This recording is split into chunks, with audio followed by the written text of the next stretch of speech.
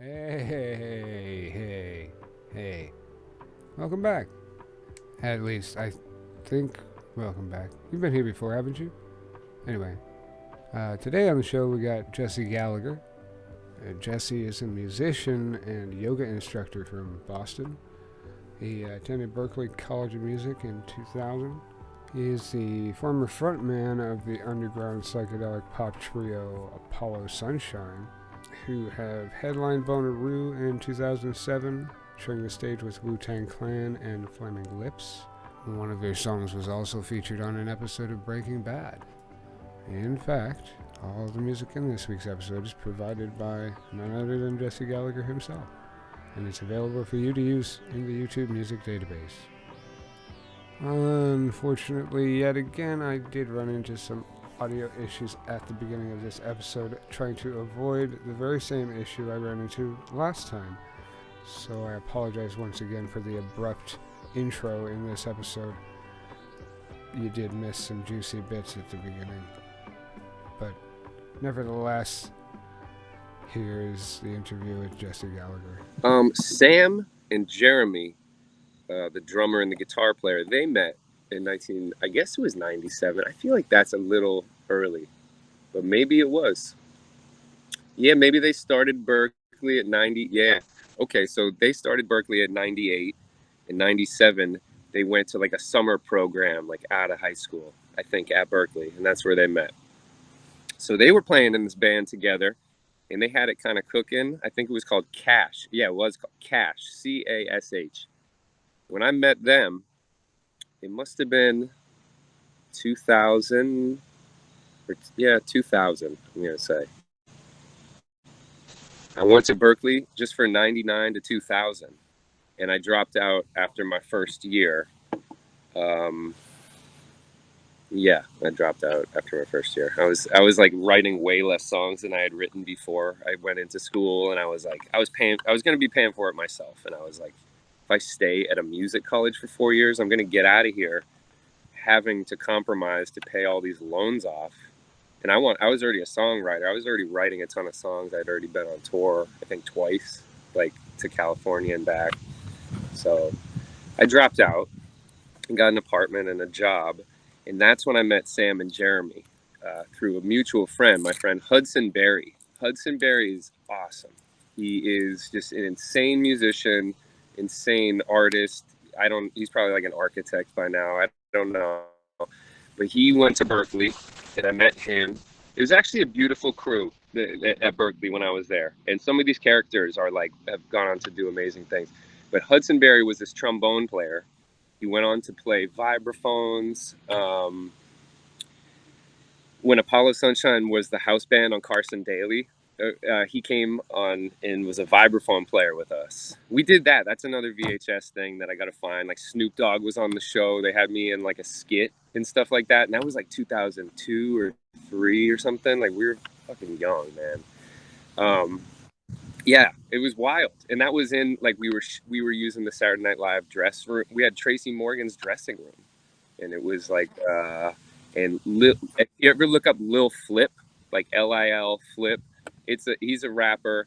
I'm not sure if he's active now, but he used to have this track that now is like pretty legendary, and it was just like flip, flip, flip, and they were from Texas, like Cloverfield. But anyways, they were the musical guest, and we all shared a dressing room, and it was like Snoop Dogg was on it. Okay, I'm digressing. Okay, where? How did I get to this point? I'm sorry. I'm like,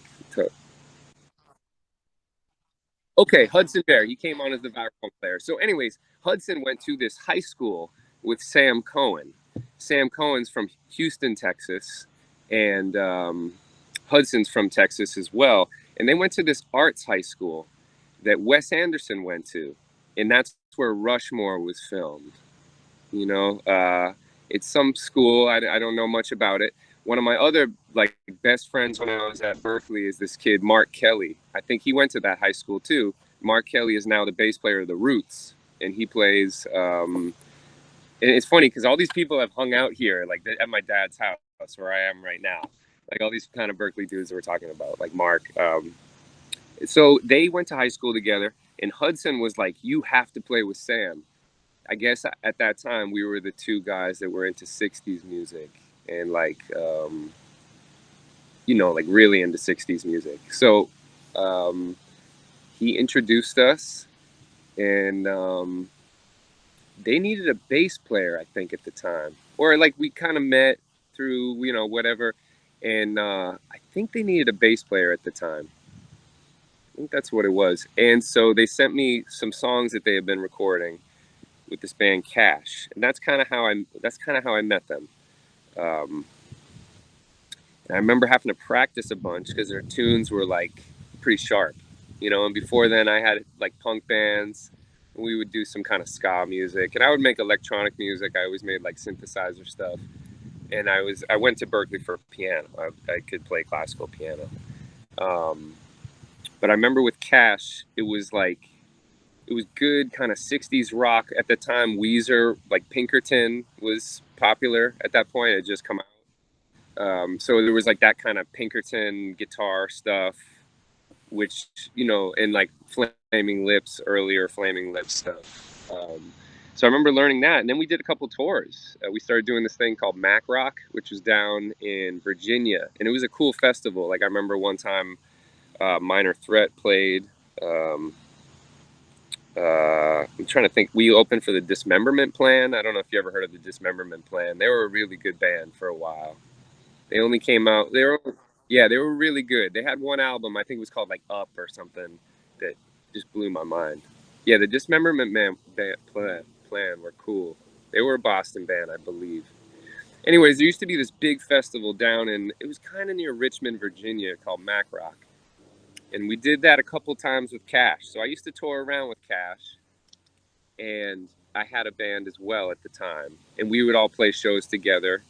And so over time, we just got tighter and tighter, and Sam and Jeremy started realizing that I should probably sing more. Like I would do backups, and both of those dudes were going to school for engineering, so they'd always have these class projects that they would need help on and need me to sing. And so I would always end up just kind of hanging. It was cool. I dropped out of Berkeley and then just like got super involved like in the studios and hanging out at Berkeley and everything. So it worked out. Yeah, and then we formed Apollo Sunshine because we were kind of playing as a trio at this point. I was singing more and more songs. We were doing a lot of covers, just so I guess maybe I could sing more like Kinks covers. I remember doing a lot of. Sorry if this is boring, but yeah, it just formed into Apollo Sunshine. I stopped my old band that I had been in since high school, and those dudes are amazing. Some of my best friends in the world. I had started that band, I think, when I was 16 or 15, maybe even earlier. So it'd been people that I've been playing with for like 7 years. Like I put out 7 Inches with my band, like punk band, in I think 95 was the first one. Yeah, or 94. I used to have like spiked up hair with like bleached and stuff. Like I was into Rancid and just like, I really like punk music. That's kind of, and Sam and Jeremy from Apollo Sunshine, they really like punk music. We had a lot of similar influences being the same age. Jeremy was super into punk music. We loved like early No Effects records and just stuff like that. It was an interesting time, man, that for influences, that period. I wanted to know about you specifically, if anything, rockabilly sort of influenced Apollo Sunshine, because you kind of have that flavor to you. Sam's from Texas, and Sam played rockabilly. Like that was his jam before Apollo Sunshine. Like Sam used to have hair like slicked back and was like rockabilly, straight up. And I grew up with like Willie Nelson, Johnny Cash, that kind of stuff, Hank Williams. My dad's a musician, and his mother loved like old country records. So I grew up with that definite understanding of just like expression through folk music and country songs. So Sam was an incredible pedal steel player and guitar player for that kind of music. So, like a song like Today's Day, yeah, he can just rip into it and make it sound so rockabilly. I never really like thought about us at all as rockabilly, but I definitely thought of us as rock and roll. So When when I watched you guys on Fox News a little while ago, or a couple days ago, he was asking how you would describe your style or whatever, and you guys, I think he specifically talked to you, and you were just like it's rock and roll, like straight up, and Yeah.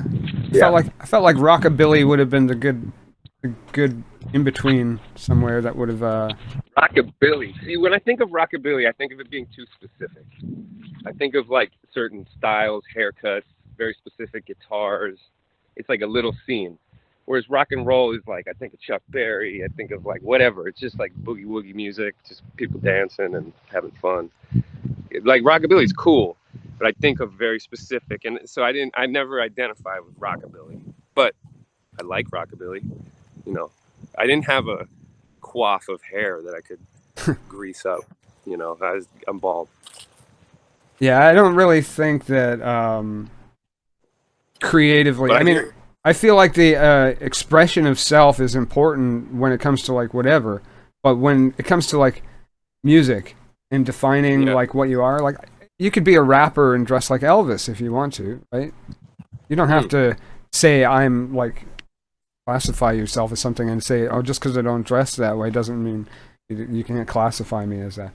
But I just feel like that rockabilly is just a niche that Apollo Sunshine sort of fits into. Doesn't necessarily mean that you guys were ever rockabilly, but well, that would, yeah. You got to check out Sam's early music. You would like it. probably. Um, yeah, I don't know if he has any rockabilly music recorded, but man, if you see early Cash, like he was still playing one of those fat body guitars, and like he had the whole slick thing with the like. Sorry to keep going, fashion sense, but when I talk about labelings, the reason why I say rock and roll, and probably why Apollo Sunshine didn't get super famous, is because like I really have a tough time with labeling systems for music. Hmm. And it's as soon as I start to say too specifically what I am, I'm just conforming to like this language modeling that we've come up with to like file away these tracks. And so I never liked it because it felt like I couldn't just expand from that. And as soon as someone picks up on a word or a bleep or a bloop, I just always tried to make it more general. And that might have been to a fault of my own, but actually a lot of Apollo Sunshine press was always talking about how we couldn't really be defined very, very well. um, we always just use the Beatles, man, as a model. Yeah, I think that I Was on the Moon specifically has a lot of like Sergeant Pepper undertones. Yeah, totally. Know what song also does is On Shall Noise Upon. I mean, that record is pretty Beatlesy. But the song 666, The Coming of the New World Government, that song has very Beatley harmonies that I enjoy. Yeah, I enjoyed that one. I think that song got us into trouble with the government too. I mean, it would, I right? could tell a story about that if you want. Go for it. Okay. I it's funny because for years I wouldn't really talk about it, especially in like public, because I sound crazy or something. But so at that time, 2007, Apollo Sunshine was getting popular more and more, and we were playing Bonnaroo and big shows, and we played the Bonnaroo Festival that year, and must have been 25,000 people or something. It's Yeah, pretty you wild. headlined that year, didn't you? Well, the police headlined. There's degrees of headlining, but we weren't some little side stage. We were one of the big stages, Yeah. and we were playing at night, and we were one of the definitely the featured acts. And then we played a second gig there that was also, pretty wild. So, anyways, we started off our show with a cover by William Onyeabor, and it's a song called "Better Change Your Mind." And it's this man from Africa in the 70s singing about different countries, and if they think that they own the world or they own their section or whatever, that they have another thing coming for them, because it's this God's world, or whatever word you want to express the infinity, the Valo infinity. um, so so we sang the song, and it's like the lyrics are like, America, you ever think this world is yours? And then it's like, you Russia, you ever think this world is yours?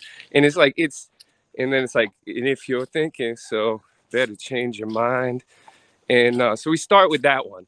And, it sounds kind of folky when I'm singing it, but we had like a crazy percussionist, this dude from Jamaica, my friend Ali, and he was playing timbales. And we had a huge sound. We had my friend Quentin playing guitar.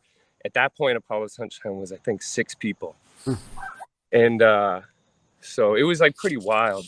This kid, not at this gig, but this kid, Micaiah McCraven. You got to look up Micaiah McCraven. He's unbelievable. But he was just a kid playing with us, and he would like be this amazing percussionist. So we were coming with a big sound, and we were singing this thing like "Better Change Your Mind" and calling stuff out. And that song even gets into. We were changing some of the words too, just to make it more poignant. But there's parts where it's like, leaders, you ever think this world is yours? Like, and it even gets into, you white man, you ever think this world is yours? You black man, you ever think this, like anyone that's trying to say like, this is blah, blah, blah, blah. So it's calling people out. We do that song. Then we go into 666, the coming of the new world government. That was the next song. And that song is basically about like setting up a world economy where everyone's like locked into the same friggin' choices and the same things. And that came from like, being on tour and just having to see the same restaurants every single place. You're like, oh, another Chili's, oh, another Applebee's, oh, another. And, we're driving around the country for 10 years and you just see like, why don't local people just make restaurants with local food? And why does it have to be this? And then you see it on a, world scale, and you just see it on a control scale and, the whole thing. So, and then we took that song title just for shock value, more or less. From some evangelical record we saw in like a thrift store or something. We saw it and I was like, oh, that would be a good name. So we played that one. And we had a song called Money. And the song Money was just sort of just talking about if money didn't necessarily exist and it was like a different form of living, how that would be. We had a couple other tunes too. We were definitely like pushing the envelope in terms of revolt. It was George Bush at that time. Obama was just, I think he was running for, or he was just getting in. And when our song Money came out, we made a music video that was like showing the stock market crash. And then the stock market crashed like right around that time, like all within the same time. So it was really a unique. We had a song called Brotherhood of Death, which is the Skull and Bones Society name. And George Bush was the president, or, so it was like we were, I wasn't going directly and saying it, but we were like, all the names of the songs on that record are kind of tied into some things where if you type it in and sort of look into it a little bit, you'd be like, what's going on here, Yeah. And the Brotherhood of Death song was just like, trying to wake people up to just not being killers and, being, so we're doing all that stuff. I digress. And getting popular for it. When the record comes out, Shall Noise Upon, we get a call from our label and they're like, hey, this television network wants to do a special on you. They're going to follow you around when you release your album for a few days. And I'm like, okay, let's do it. And so they come to the house and it's actually Al Gore's television network. He had one briefly. So Al Gore's television network, I can't remember what they were called, like Fuse TV or something. They came and did a bunch of interviews with us. The gentlemen were very nice, and but there was a part of me that was definitely realizing sort of maybe what was going on. It was the first time I really was talking about, and it spooked me too. Just kind of like realizing that if you're kind of rustling some feathers and stuff like that, even on a low level, someone will probably check on you, whether it's like, oh. So they came and followed us for several days, went into our, I remember them like filming my house. They're like filming my bookshelves, like, and it's like I say, I'm sure it's done whatever. Maybe they really want to do a piece on you. I'll get to the next part. So they film us for 4 days. So this is as we're releasing Shall Noise Upon. So it's a emotionally, it's a time. You're releasing a record. One of our shows, we were on a cruise ship going around New York City, like by the Statue of Liberty and playing on a cruise ship. There was like interesting sort of gigs lined up along the way. And I think that was one of the gigs that was happening then. And I remember them asking a lot of questions that were, it was like, I overshare probably. And so I remember being like, I don't want to be oversharing here. Like, I don't know. Like, it just felt a little weird. So anyways, after like 4 or 5 days of being in our van, traveling with us, filming everything, coming to each one of our houses, like that kind of vibe, doing this documentary on us, like we didn't hear anything. Apparently, like the dudes who filmed it, like kind of didn't work for the station anymore. The tapes were shelved. They like don't belong to the network. Nothing came out. Wow. Yeah, man. And I was kind of like, after a little while, I was like, fuck, that's what that, yeah, checking up on the boys, making Yeah. sure they're not rattling the cages too much. And it kind of, oh yeah, around that same time too, like Jeep wanted to use Today Is the Day in a commercial, and we're offering like a pretty good amount of money. And I saw the commercial, and it felt like kind of US, like, it was like Jeep kind of like they were throwing all these like collages together of world events. Like there'd be like Elvis and the moon landing and all these kind of, and it was Today Is the Day. Yeah. And then I remember some like army stuff happening, and it was just like, it was just odd. And I said no. And then they offered a bunch more money, and I was like, no, I don't want to do it. I didn't want to put that song in juxtaposition with anything that had to do with like military. And I don't, dude, servicemen, like I have family in the military, all that kind of stuff. I just did not want my song to be like in this sort of like America propaganda Jeep ad, Yeah. As more of an adult now, I probably would have asked for a Jeep, like, can I have a Jeep? But when I was in my 20s and was idealistic and singing these songs and thinking that I, as a musician, could do anything on that level, but you learn, like, dude, it'd be real tough. And then it made me really realize through a lot of things and go, playing festivals and things like that. Like, if you really want to get down with the music business stuff, like, it's a different game and it's a whole different thing. And where we were headed was a band that could probably be messed around with our image and just kind of like used and abused. Yeah, I could tell it was happening, and I would go along with it for fun. But that's kind of after that sort of happened, and that record, we kind of slowed down and just, yeah, kind of got into different pursuits a bit for a while. And everyone, yeah. But yeah, so I digress. That was a little story. I feel like that was Apollo Sunshine getting checked on by the U.S. government in some way or whatever. If you make a song called Brotherhood of Death and 666, the coming of the New World Government, and you start singing African songs of protest of the world and stuff, like they'll visit you and do a documentary and not release it, shelf all the Right. tape. I bet there was plenty of stuff like that done with like Lennon and stuff back in the day when he was rustling feathers. Dude. And I'm sure even more people that were like on the underground, because it's like you got to keep real tabs on that, who knows. So I don't know. That Jeep commercial. Valo, what do you think? Am I just nuts? Because this is the first time I'm really saying it, but I was scared to even, at the time of Bush transitioning into Obama and like that era, like I was actually scared to even like talk about it or mention it. No, I think you had a right to be scared. Like, I mean, those kinds of things are definitely very real. I'm a bit of a conspiracy theorist myself, but like I've seen the real shit happen. Like I've seen people go down for like rustling feathers. It's like it happens. So I don't think I think you deserved every right to be scared there. And okay, I don't want to sound like a nutbag, but that being said, I also that type of stuff is a blessing because it allows you to realign your thinking, what you're doing, and like after all those years and being on the road, like it's not my place to be yelling all that stuff. And that record's cool, and I'm glad we did it. But like that kind of stuff maybe makes you realize, like, oh yeah, all this is insanity, and like if I start, putting together this and that, and I can spend my whole life externally trying to expose some sort of like good or evil, and then you just go more inside and work on different types of music and different power structures. You don't have to be in the like big music business thing. I mean, it really does become a big sort of not. It's just like when you start doing these huge festivals and there's like big entertainers. Like we went to the UK and we're doing these festivals, and there's like, you know, Jay-Z and Beck and Morrissey and just huge people.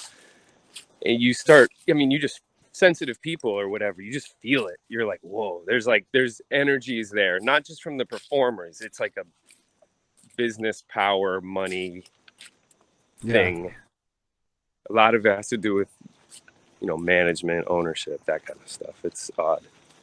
You know, South by Southwest is a good example. I mean, the first time we did South by Southwest, I think it was 2001 or 2002, and we maybe did it for, I don't know, maybe 7 years in a row or something. Like we did it a lot, but each year it was getting increasingly like, whoa, this is weird. Like all the bands are just in the streets and sleeping in their cars and stuff, and like all these hotels are filled up with like executives and just like these like agents, and it was it's so wild, man. And that was last time I did it was a long time ago, so I'm sure it's only gotten crazier and worse from that.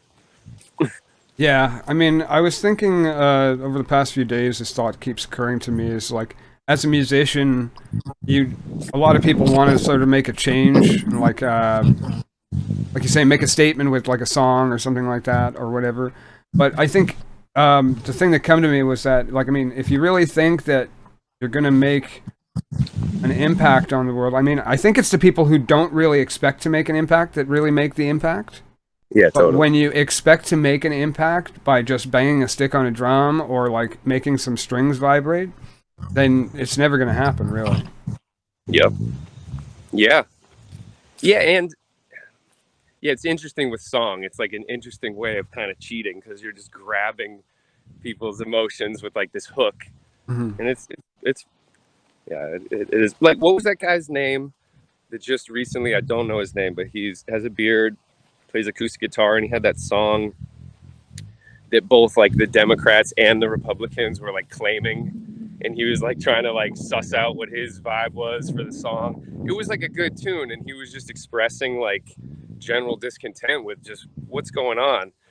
And it seemed like both political parties like were like, this is a good song, it's trending on TikTok, and they both tried to claim it, and then he had to step in and like start talking. It was like, oh god. Yeah, I don't think I know who you're talking about, but I think I saw one of the videos that with the song. I'm not sure what the guy's name was though. Yeah, it was a sweet song, but I felt bad because I saw like conservative people sending it around, and then he had to be like, "This is not for conservative people." Like, fuck, you know. I was like, Um, I wanted to ask, I guess, yeah, I don't know. You do. um, as far as like Apollo Sunshine goes, I guess there's no hope of any reunion or another album. It's been 15 years since your last one. Well, there's a lot of tracks that have never been released, like a good amount. Some of them are amazing. I mean, in my estimation, from that Shall Noise Upon thing, I'm thinking there's at least 4 that are super cool. And I know we'd like to remaster some things. I have an insane amount of live recordings that have all sorts of stuff on them that have never been heard. I have like an insane archive, and I've been sort of building a website and just figuring out how to start releasing them. I've even thought about some of the Apollo Sunshine ones, doing it through like archive.org. I literally have maybe like 400, 500 shows or something like taped. And they're cool because they're wild, and it shows times where people were in clubs smoking cigarettes. And like, it's an interesting time. And so yeah, there are plans to do that. I got together with Sam maybe like, I don't know, last year. We did some recording and jamming. You know, none of us are like, let's call something Apollo Sunshine. Jeremy lives in Berlin. He makes a lot of electronic music, and he keeps inviting me to Berlin. So, you know, I would love to. I think it would be fun. Some of the songs on Katona are really fun to play and like challenging, and yeah, it's really fun. I know that in some ways, you know, we've all changed our style of what we do, so you don't want to feel like you're acting. Yeah. like playing a part too much. Because there's probably some like, I don't know, we would see, but I'm sure if we started learning some of the songs and playing them, that we'd probably like unlocking like traumas of our 20s. I don't know. Because we played so many shows, but I would love it. I love those dudes. We're all still friends for sure. I mean, Sam has kids, Jeremy has kids, so it might be one of those things that's like we gotta wait even more years. Find the right time, yeah. Yeah, just find the right time. And I would be way more down for a while to like work on firming up, sort of what we did do already, and just kind of like there's some cool stuff. Like we had a bar gig in Western Mass where we would just do covers, and let different people sit in with us, and we would play every week for like 3 hours. So some of those gigs, it's like that's really where the gems are. We're just like improvising and playing weird songs. I mean, we'd be trying to play like a Damian Marley song or just something ridiculous. Just trying, like, we'd hear something on a jukebox in there, start working it out and playing it. So it was a pleasure playing with those guys because the caliber of musicianship was so high with them that it really, made me rise to that. So yeah, but I mean, I'd love to play with them. Who knows? We've tried different experiments, like different people will get married and we'll inevitably we'll all get up and jam and stuff like that. So, but I don't know. The thing is that was getting tough with Apollo Sunshine is towards the end of us playing, we were trying out different things. We were adding electronics, drum machines. We were making house tracks, making electronic stuff, and doing some of it in San Francisco, where we would usually play to like 600 or 700 people or something. We'd be playing, and the response wasn't quite as good or whatever because people were there to see the hit songs, and I was having a tough time with it because I was like, I need to keep expressing art, and everyone was. We were just like, we want to be pushing ourselves to express art, not just become the puppets of people that want to get drunk and come out. And I get that. If you go see a band, you want to hear all the songs, but I think we started touring so early that we were just, by the time we were 28, we were pretty burnt out from that. Yeah, I get that. Yeah. But your newer stuff's a lot more subtle and peaceful and relaxing. The most recent solo albums you've done. I watched a Snowbird Strut this morning. I love that video. I showed it to my kids, and they liked it. You running around on a little dog's back and stuff like that. Oh, dude, that's all in this field. Oh, that's was where it? I filmed. Yep. Awesome. Yeah, that's my dog, and I filmed it all here. Yeah, I saw some of the pictures of her on your Instagram there. Yeah, that's Annie. She travels with me everywhere, man. She's almost 11. I just got back from New Orleans. We were just there for a week. And she traveled with me to New Orleans, came to all these like jazz clubs, came out to me, to the bars and just whatever. She comes everywhere. She'll jump in a bag if I'm somewhere else. But she's like so well behaved, and she's the perfect travel companion.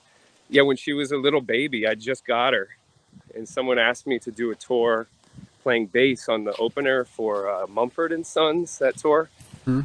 And it was like Mumford and Sons and Edward Sharpe and the Magnetic Zero. And so some of these shows, I mean, there was one where there was like 40,000 people, and my little dog was tiny. Like a little puppy just learning how to hang out with people.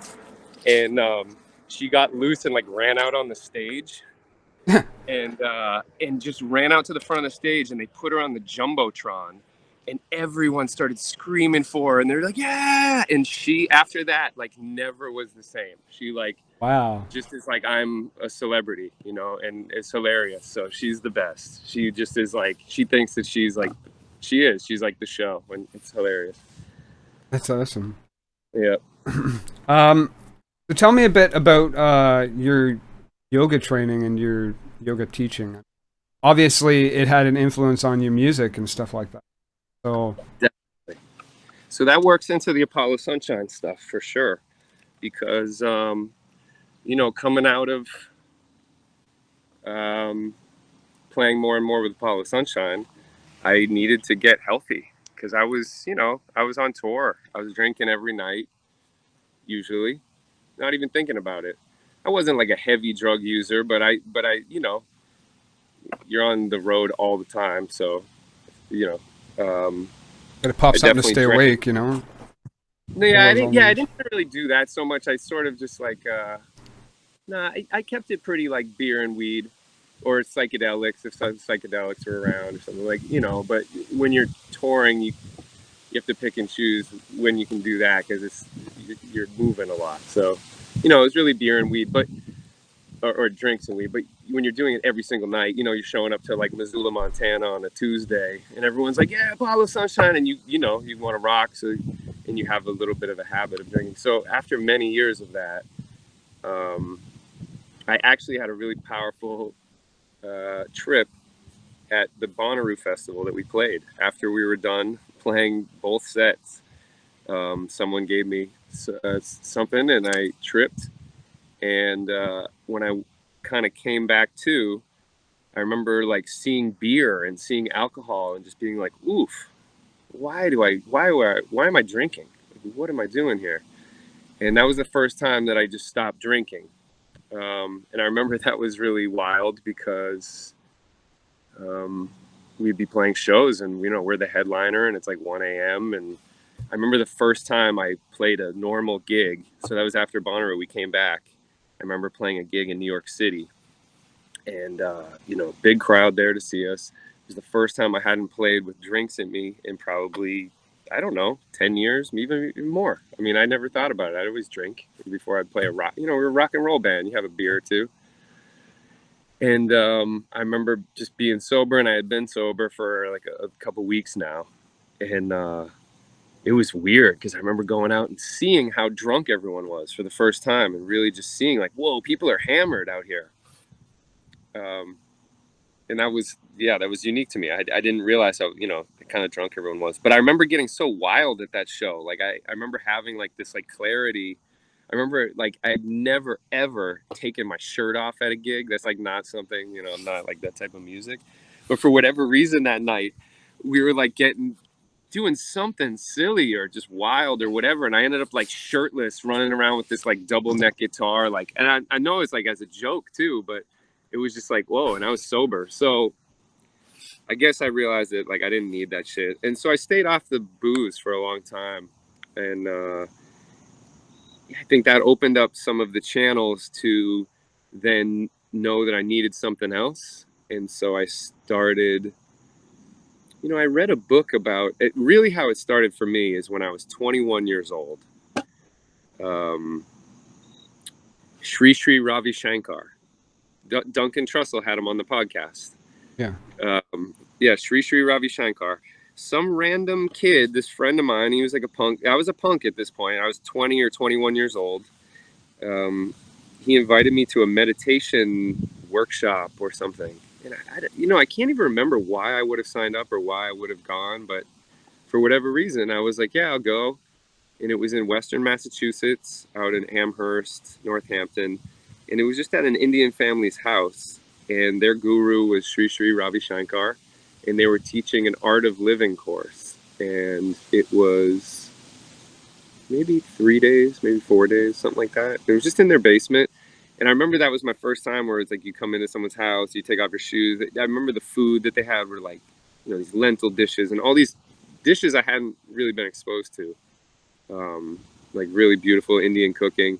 They asked us to not eat meat for the remainder of the time we were doing this workshop. And I remember never having considered that before. So, you know, I grew up in the 80s or whatever. And I remember like them saying that. And I was like, oh, okay. And like, I remember like not considering, like, you know, I don't know where I grew up or my family just being Irish or whatever. Like, you just ate meat. You ate meat all the time. You even think about it. I would eat like bologna sandwiches at school. You Yeah. know? So I stopped eating meat for like 4 days. We did this workshop, and there was a lot of breathing practices. There was a lot of yeah, meditation practices. A lot of cool, like, you know, like hold your, you know, arms like this and take these certain breaths, and just things that were totally new to me. And then there was these like mindfulness sort of things where you'd hold the hands of the person across from you and like look right into their eyes, and the facilitator would be like, if God were to come to you in the form of this person, could you accept that? And like once you're looking at someone in the eyes like that for a while and holding their hands, it was like, yeah, totally. And like so you started doing that, and then you go to the next person and you'd hold their hands and like look in their eyes for a while. So it was like pretty intense practices for do this like, you know, little punk. And so we did that workshop. I came back to Boston. I remember this vividly. I was like cooking a microwave burrito, beef burrito, put it in the microwave, cooked up some like Hormel chili, you know, just regular 21-year-old food. And I remember I opened the microwave door, and it must have been in too long or something. And the burrito was like flapping, just the breathing a little bit. And something like shot through me like, whoa, that thing's like meat. It was weird. I was like, something literally shot through me like, that's alive, or that was alive. And then I put it on a plate, and I took this chili and I took a bite or two, and it tasted like human. I felt like I was like eating myself or a human. It was like a psychedelic experience where I was not expecting it and was like, whoa. And I was like, I can't eat this. And so then I stopped eating meat, and that was like 2001, man. And I haven't eaten meat since 2001. I mean, there's been a few little instances that for some reason I like it felt that I needed to, you know. One time Apollo Sunshine broke down in Indiana, rural Indiana, and we were running on a grease vehicle. It was like that was around Chalnoisapon. We actually had a huge bus that we converted to run on vegetable grease, and we would go to restaurants after gigs and fill up their grease traps with that stuff, and it would convert it into fuel. And it was such a pain in the ass, and it was way too much work, and we were trying to do it for the environment. We thought that it would be it was healthy because we were traveling a lot. But so that was going on, and anyways, that was my first exposure to meditation. Then it sort of became a diet thing. I just was a vegetarian. I didn't know why exactly. This led to years and years later on tour getting this book called Spiritual Nutrition by Gabriel Cousens.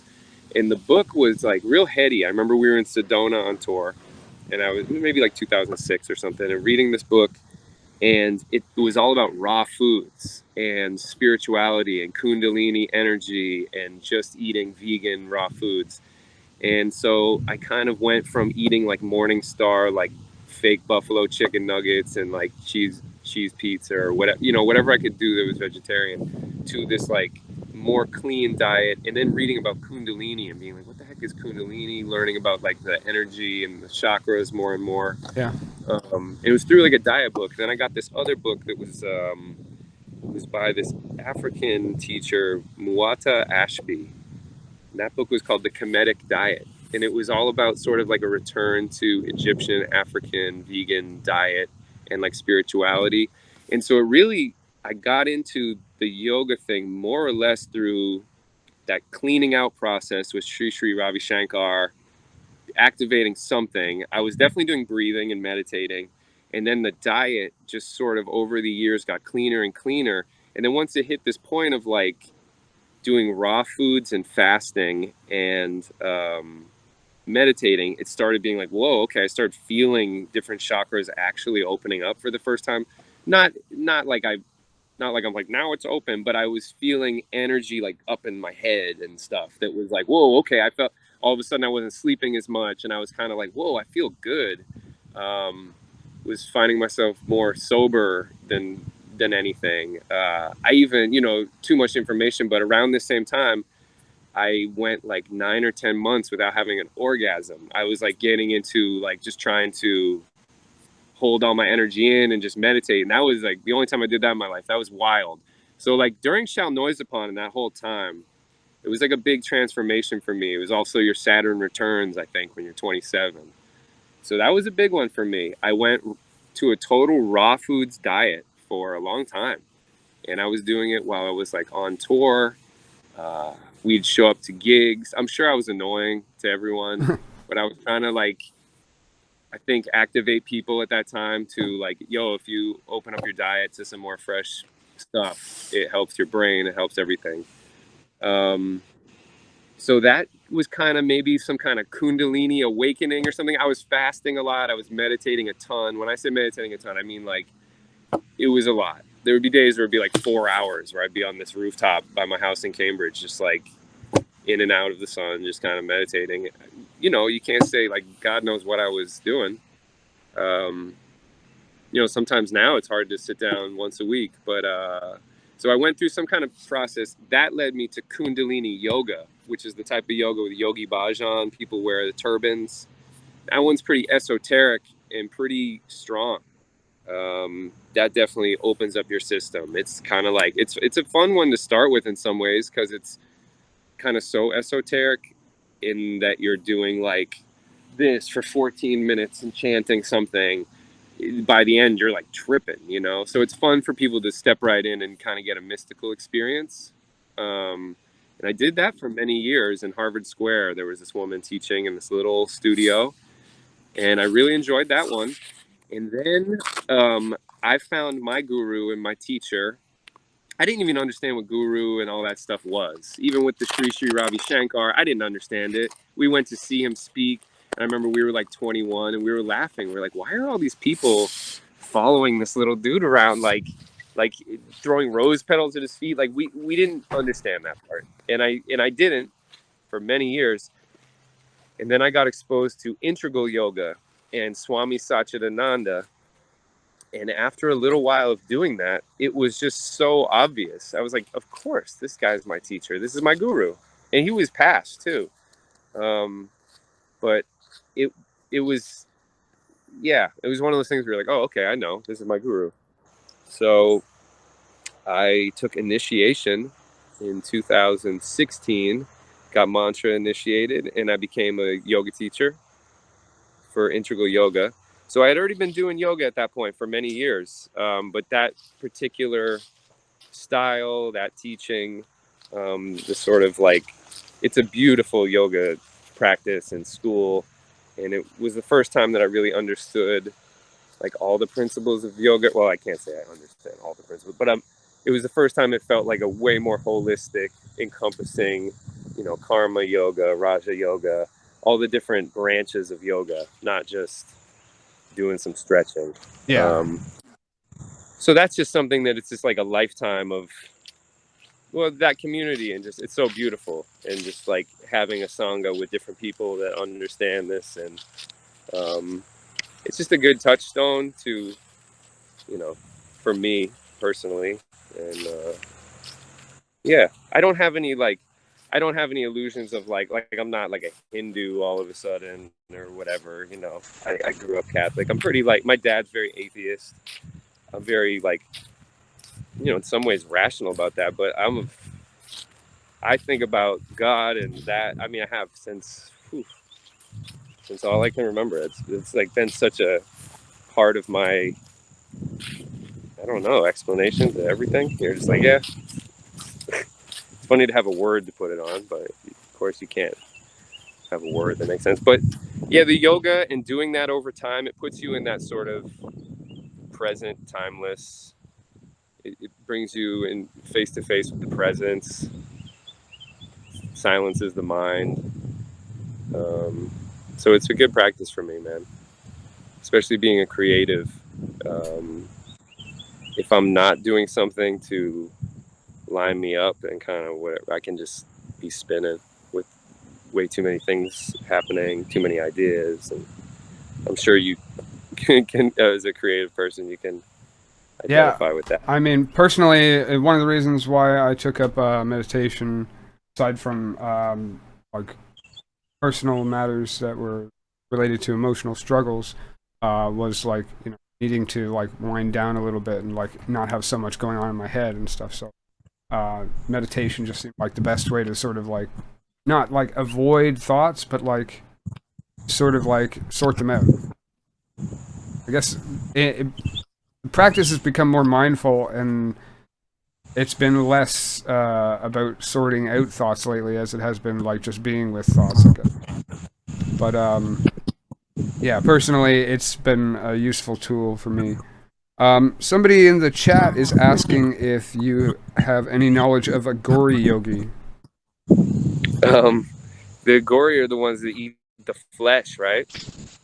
They I do, think yeah. so, based on what I know about Actually, my gory. first teacher was a gory, and then I ate them. No, yeah, they're, yeah. I don't know if, I don't think they, I think they just eat the dead or something. I'm not sure they're like murderous, I but think more information on that I found out about was through Dakota Winch, podcaster who's more into like Eastern. nice. Yeah, at the yoga school that I've been going to for a long time, it's a ashram. It's called Yogaville, and a beautiful spot. But after you're there for a long time, if maybe one of the senior monks or sannyas want to give you a name, like if you want to receive a name that you use down at the ashram, you can get one, and it's nice. So they gave me the name Sadhu, which I don't know anyone down there that has it, but yeah, that's my name down there. So when I teach, a lot of times it'll be yoga with Sadhu, Yeah, and that's nice. It's especially nice when I'm at Yogaville. It just completely erases like the Jesse or whatever construct I've made of this cartoon character. And I do think of myself sometimes, like an entertainment standpoint, as like a little character with the yellow suit or whatever it may be that I'm wearing, just dressing up the mannequin to dance for the camera or something. But it's nice to be sadhu and just channel yoga and not have to be like it is interesting when someone gives you another name or a spiritual name at a place like that. It does kind of just make you this, I don't know. It's interesting. It's unique, and it's beautiful. But I know that the agoris are sadhus. So like sometimes when you look up sadhus, it's a lot of people that kind of look like me, and a lot of them are smoking weed, and they paint their face, and sometimes they cover their body with ash. yeah, Um, that's one of the key bits about it. yeah, Was usually human remains, ash covered. Um, yeah, yeah. how has having been? Do you feel like having been given a name like Sadhu has been like it put a new like plate on the table, like a clean slate for you? Yeah. Yeah. Well, in some ways, um, I don't. It would be interesting to totally dissolve into that name, but I don't think I will because Jesse Gallagher has 55,000 YouTube subscribers or whatever. So it would be really confusing to start calling myself Sadhu. At that point, it would seem pretentious. It's like one of those things where it's like I'm not craving to dissolve the Jesse Gallagher self of like I have fun with this guy. Um, but sadhu's cool because when I'm teaching yoga, I don't necessarily want to be Jesse I just want to channel the teachings. What the type of yoga that I'm teaching, the best times are when I'm sticking almost completely to a script and just being mindful and doing the timing correctly and just watching everyone in the class and making sure that everyone's doing okay. Um, the type of yoga that I teach is very classical hatha, where I'm not trying to put too much of my own self into it. And so, yeah, being sadhu is great for that. I love it. And yeah, it's cool. Yeah, it's fun. I always like playing different roles and different names. I had a DJ persona. I DJ'd for many years and with turntables, and I called that Nighttime Gallagher. And I Yeah. did that for many, many years in the city. So like Nighttime Gallagher was like a different character, like the flyers, like dude would have a suit on or be like smoking a cigar or something, whatever. It's just fun. I mean, I know that in the end, like I'm just this sort of temporary expression of all the things that I've been subjected to and influenced by and my location and all that kind of stuff. And yeah, I feel super fortunate. That's probably my one spiritual practice that I try to do is like a couple of times a day. I just try to like orient myself to, either north, south, east, and west, or at least just some sort of front facing thing and just express gratefulness for like a minute, if even that, 20, 30 seconds. And just be grateful for where I am at this particular moment, at this particular time. And like when I'm able to do that, it does this other thing of accepting everything as it is. And the more that I've learned to practice that simple little thing, and like force myself. Sometimes you're like doing something and you're like, when I see a triple number, it sounds cheesy, but if I see a triple number somewhere, or if I see one on the time or something like that, I'll stop and be like, okay, for this minute, I'm gonna orient to and just You be mean like grateful. angel numbers, like 111 or something like that? Sure. That's Yeah. just a trigger for me to remember to do it. But if I can think to just do it anytime, it's great. Hmm. But when I see that, that's like, okay, if you don't do this, you're a jerk. You know, if you're not going to take 1 minute, Right. you just caught like an angel number, whatever you want to call it. But you just caught one of those little reminders. So I'll be like, you know, and just kind of take a moment to focus. And when I'm grateful, it makes me accept everything, even like the heartbreak, the troubles, the like pain, the whatever, and just be like, I'm grateful to be right here right now. I have no idea why I'm here, how I got here necessarily, what any of this is at all. I feel grateful to be here. And that's kind of my only practice. And it puts me in situations that are fun, and I don't know, it moves me around. Um, I sort of often have internal struggles like that with, like you were saying, like heartbreak and stuff like that. I really have like a hard time accepting and being okay with those kinds of things. Um, it seems like it's a lot easier for somebody who's practiced and like well versed in like yoga or meditation. Or Um, being broke up with by women. yeah, well, I mean, Yeah, I mean, like, dude, I've been broken up with some amazing people. So, because it doesn't work out. And yeah, I'm a sensitive soul, man. I get really bummed. And for a while with Apollo Sunshine, I was in a patterning of traveling, meeting people, falling in love, dating briefly, traveling, breaking up, traveling, writing a song about it, singing the song for 6 months on the road, like using that heartbreak as like my, like it was all this cyclical thing where at a certain point I was like, whoa, if I want to stop this cycle, I gotta like address it. I can't just keep singing about it and moving on. And so it's an interesting thing. I mean, I can't say that I get better with heartbreak, but I get better at accepting myself and enjoying life on my own terms and just for myself, and take all the interactions with other people as like a blessing or a teacher. If someone's giving me a real hard time, that's a real teacher. They say the highest sadhana, which is like the highest practice of yoga, is to bear insult and injury. That's in my school. That's the highest one. Bear insult and injury.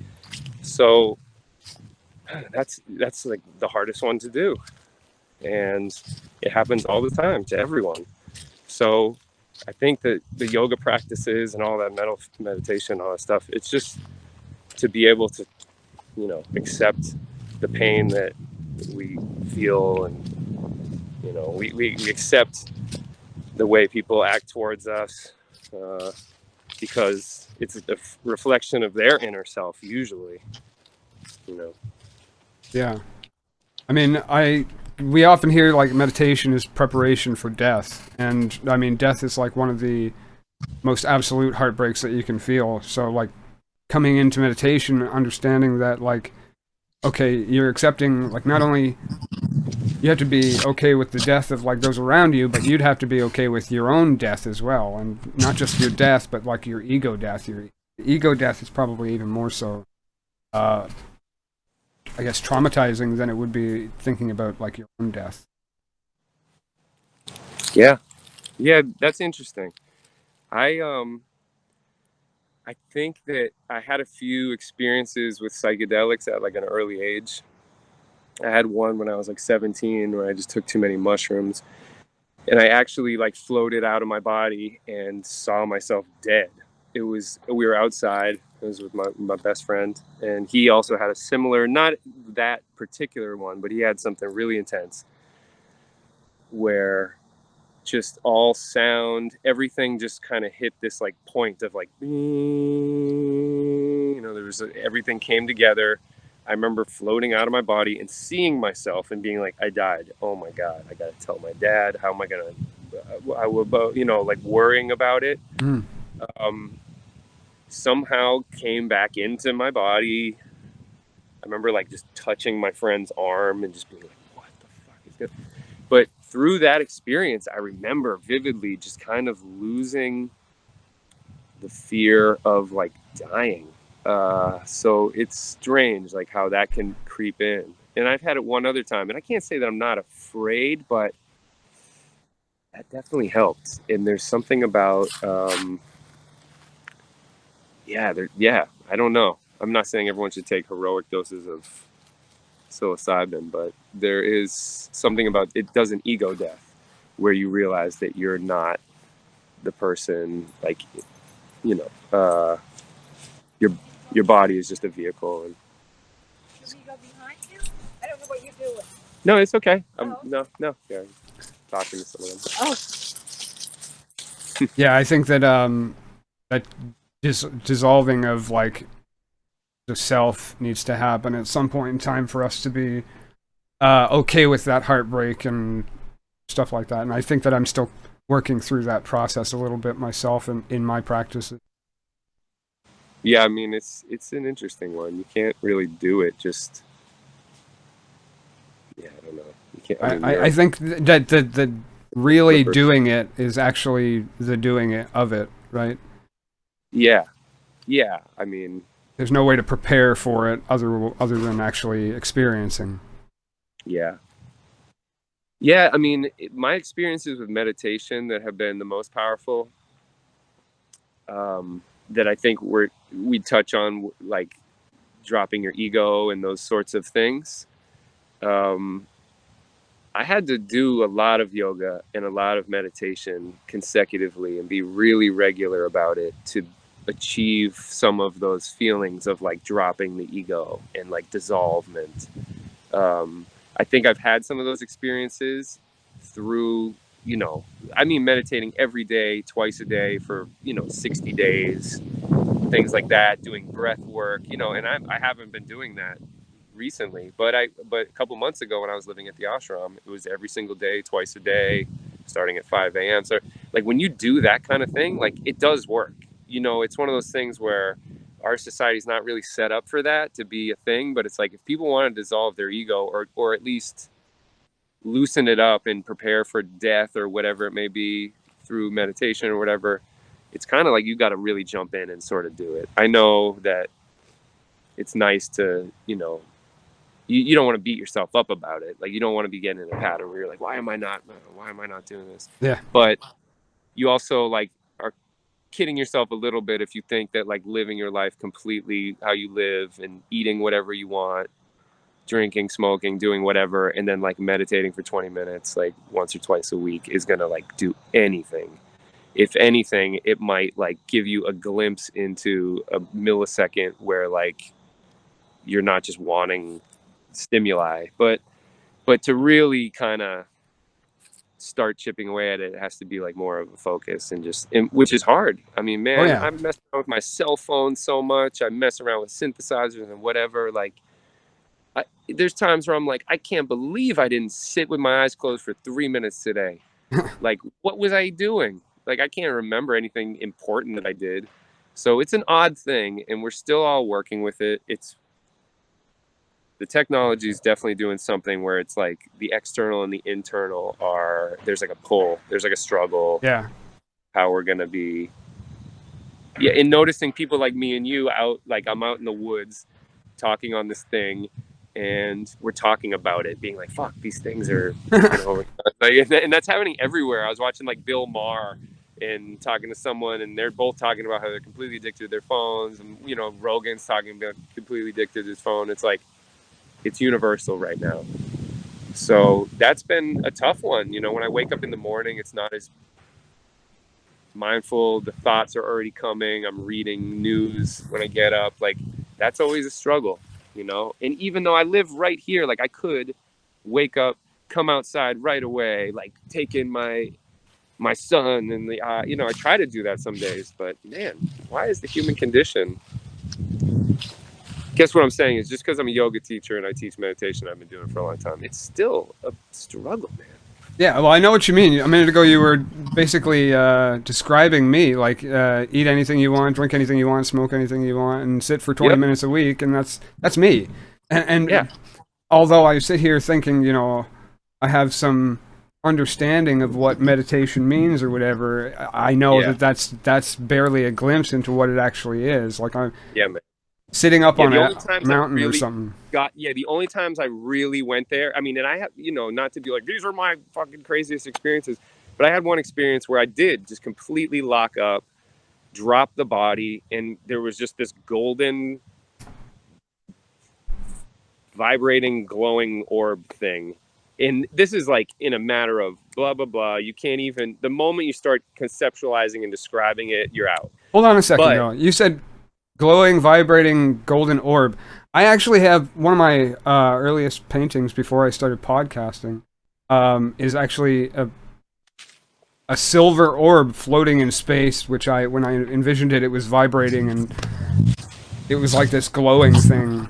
And well, it just, dude, in my, you know, in my discoveries of what's, you know, like that's the closest I can come to um, what I feel like I am underneath this body, just because of this, you know, one experience I had. And like I said, this was because I was meditating at ashram every single day with people and not doing it hardcore, like someone's whipping me, nothing like that. It was super loving, peaceful, a great diet, 3 square meals a day, sleeping regular hours, like really limiting my things, like watching my mind, like and also doing karma, you know, working on the farm, I'm helping other people learn yoga. After all of that, you just get into these, you don't think all of a sudden you're going to, but you sit down and then you just slip into, you're like, you're just gone. You slip into, it's like you're falling off of something or other. And it's only happened to me a few times in my life. And what I'm saying, like, I was meditating for 4 hours on my roof. It's not because I was like, you know, channeling the divine heavens of, it was because I'm obviously had some stuff to work out. I'm just sitting there being like, what the fuck? And I think it does start to loosen up and open up channels, especially when you start breathing and you keep your, like, yoga is like good because it just gets the energy flowing and all the blockages moving. Between diet and stretching, I feel like we can undo so many traumas. Because, like, I had a tough growing up. You know, I didn't have it the easiest, and I'm not complaining. Like, I had other parts that were insanely beautiful, and to like be like, you know, growing up around here is beautiful. But I had stuff that I had to work out, and especially just jumping out of high school and going on the road with a rock band and just, you know, right off the gates and not stopping until I was like 27, 28. But that yoga, man, that saved me a lot of time going to like therapy and a lot of things just by, when I am doing yoga consistently in that flow, man, the brain feels amazing. It just does something where it's cleaning out the system. It's flexing all the glands that need to, you know, be flexed and just squeezing stuff out, squeezing toxins out. A lot of it is you're just squeezing toxins out and making it so when you sit, it's just more comfortable. And it makes it so you're not thinking about anything other than just, you're not thinking about anything. You can do it easier and easier. So the few glimpses I've had, I had to really be working at it for a bit. And if you think you're just gonna slip it, and that's where I'm at right now. It's like I'll sit, and there's almost a part of me that knows, like, all right, it's nice that you're sitting, Jesse. Like, good boy, you sat down for 20 minutes with your eyes closed or whatever. But if you really want to do this and you want to develop more of a intentional state like that, like, you have to do it regularly. Like, I have to. And do you remember when we were doing Duncan's meditation group for a while and we were like challenging each other to the 30-day stuff? yeah, That was fun, right? it Like, there was was. something. I never got all 30 days done though. No, I don't know if I did either. But that's the kind of support group for meditation that I realize happens at ashrams. Like, you go to an ashram and it's a bunch of people that know that they are much better people when they meditate regularly, and that they're better service to humanity. They're better people to the people around them. But they probably also know that left to their own devices, they're not going to wake up and do it. So you go with a group and everyone sits down together and it's cool. And then everyone just gets breakfast together afterwards. And just by doing that with a group, it gives you some accountability. I mean, people at the ashram, they have friends that have been friends 50 years. And one of them will call each other and be like, I haven't meditated all week. And they'll be like, okay, well, I'll check in with you a couple times this week. We'll make sure you're back on it. Like, it's that type of vibe. And yeah, I need that more around where I live now. Because when I'm not around, people that are just actively sort of pushing each other to meditate, because there is something to it, man, when you do it a bunch, and it's like it's really beautiful. I think that's when it really starts to like drip into your whole being. And I know when I'm not meditating a bunch, like I can tell, and I almost like ride it out until something really stupid either happens or I'm just exhausted, and then I'm like, okay, now I'll start my, I think we're losing your connection a little, Jesse. I can hardly hear you. Video has frozen. Can you hear now? Yeah, I see it. Can you hear me now? Yeah. Okay. Back. Okay. I'm All gonna go closer. I think it was pulling some Wi-Fi signal. Probably.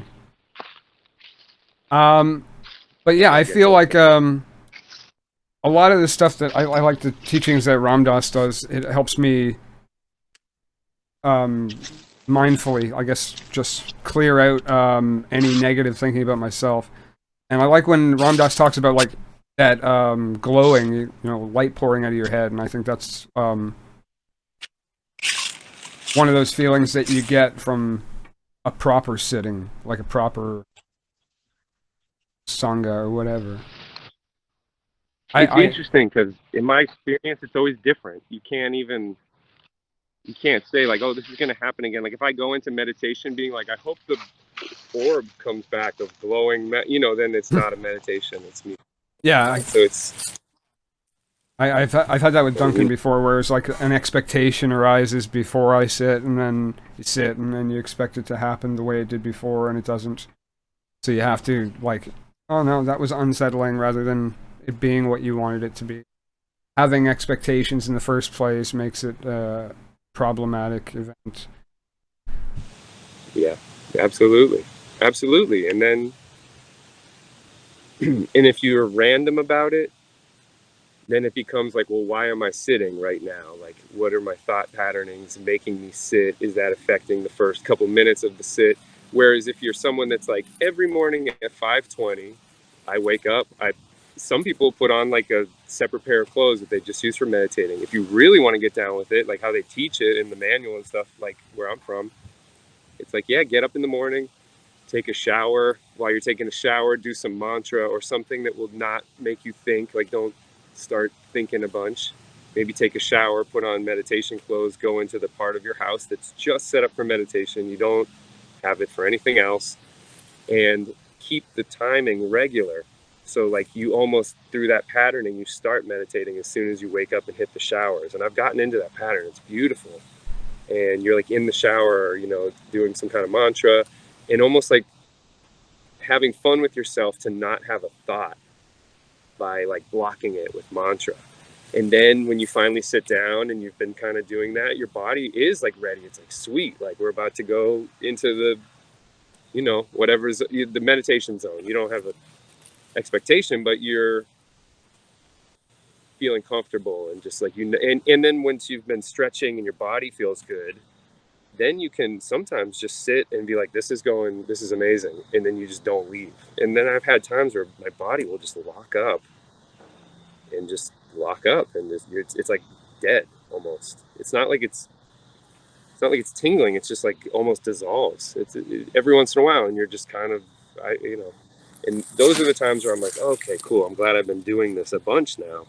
My body's getting used to just letting go and just being. But yeah, and then months will go by or weeks will go by where my practice is really spotty, and then you got to get it back. And, I see why meditation communities form, for sure. Yeah, personally, if it weren't for the community that we're both part of, I don't know if I would regularly meditate. Yeah. need that little group to hold me to it, you know? Yeah, yeah, yeah. I'm actually, and this has been in the works for a long time, but I actually had been building a website because, like we were going back to earlier, I have all these like listeners of my music and sort of meditation music that are from all around the world. And for me personally, when I think of like what I would like to do, um, I would like to have a little meditation community that's also based around some music and just fun.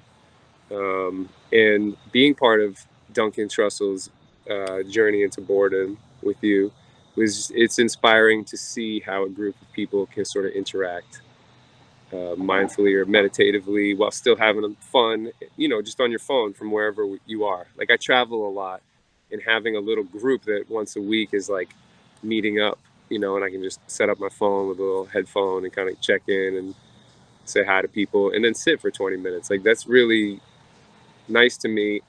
And I realized it long, long ago. It just takes me a while to get things rolling sometimes. But I had been wanting to create some kind of community like that, not just for that, but for yoga too, because I do teach yoga online. It'd be nice. So I've been building a website for a bit, and that's coming close to being ready. Where I'm gonna also do like just like a weekly meditation thing, and include some music, and then maybe once a week doing sort of late night, synthesizer thing with some visuals and things like that. So yeah, that's at jessegallagher.tv. Yeah, I'm just building. A friend of mine's helped me build it, and yeah, I've been doing it for a while, and so that will be fun, and it would be something like this, like we're doing right now. Only I'll be a little meditation. Sounds awesome. Looking forward to Yeah, seeing that. yeah. It's called the Mythological Meditation Society. Logical My, Meditation Society.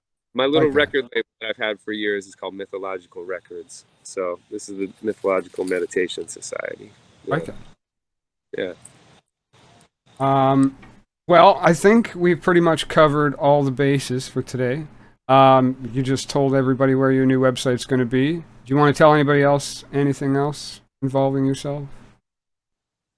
Well, I'd like to say that we met through Duncan Trussell's group, and it's been a pleasure being your friend online for it's been about 3 years now. And yeah, it's cool. I'm glad that you have this podcast going again, man. You're a great podcast host. I hope to. I've been wanting to do a podcast for years, and I have great guests all lined up. But I just, with me, sometimes starting a project takes a little bit. Like you're saying, maybe it'll happen on jessegallagher.tv. It is going to happen. Yeah. Yeah. So, Tell everybody where to find you. Give them your links to your Instagram or whatever. yeah. You can find me on Instagram. Jesse Shane Gallagher is my handle on there. If you type in Jesse Gallagher on YouTube, you'll get a ton of stuff. I have a channel on there that's, pretty fun. Got a lot of videos. And you can always check up Apollo Sunshine. But yeah, if you write me a message on Instagram, easy way to get in touch with me. And yeah, if you go to jessegallagher.tv, there might be a place to sign up your email to, but that's going to be live in, I'd say, just a couple weeks. So I'll let people know. All right, Jesse. Thanks for joining me on today's podcast. I hope to have you back sometime soon. Maybe Val, I'd love to come back, man. update us on the website when it's up to date and everything. Yeah, maybe I'll turn it around because I like hearing you talk. Sorry if I talk too much, but Hey, no worries, man. I'd love to be on your podcast when you started. nice. That's great. All right, man. You have a good day, everybody You else. too. I hope you enjoy your day. I do. Pleasure talking to you. Thanks for asking about Apollo Sunshine, man. Thank you for Days. We thank you had for some working good with me. stories. Yeah. All right, man. I will talk to you later. Okay. And take it easy. Thanks, Val. See ya. All right. Well, that was today's podcast.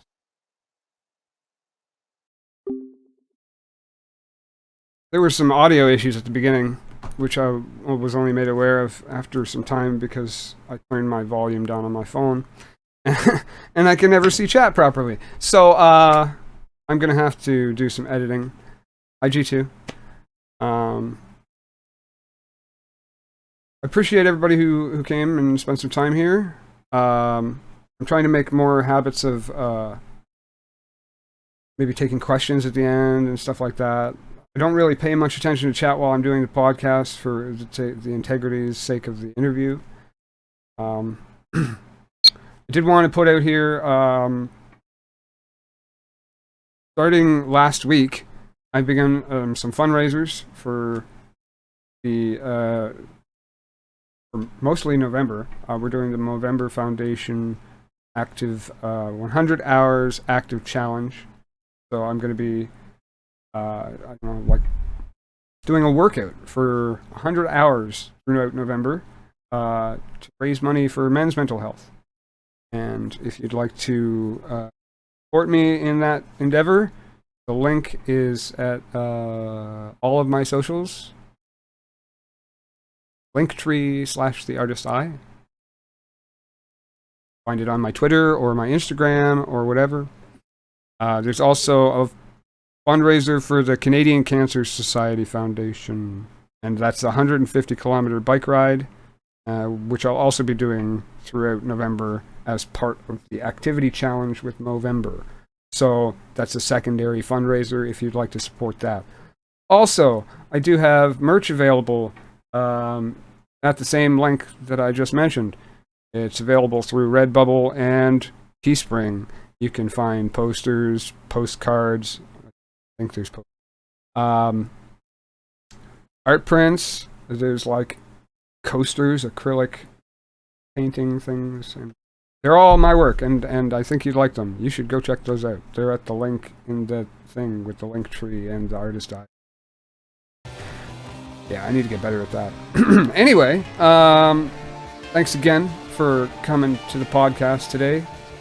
This one was a bit of a longer one because I wanted to make up for the issues at the beginning. Anyway, I hope you all enjoyed. I'm planning to be back next week. Hopefully there's no more scheduling conflicts with my next few guests. It's been the past few weeks I've been dealing with a lot of up and down. So, yeah, let's throw up this and then see you next time.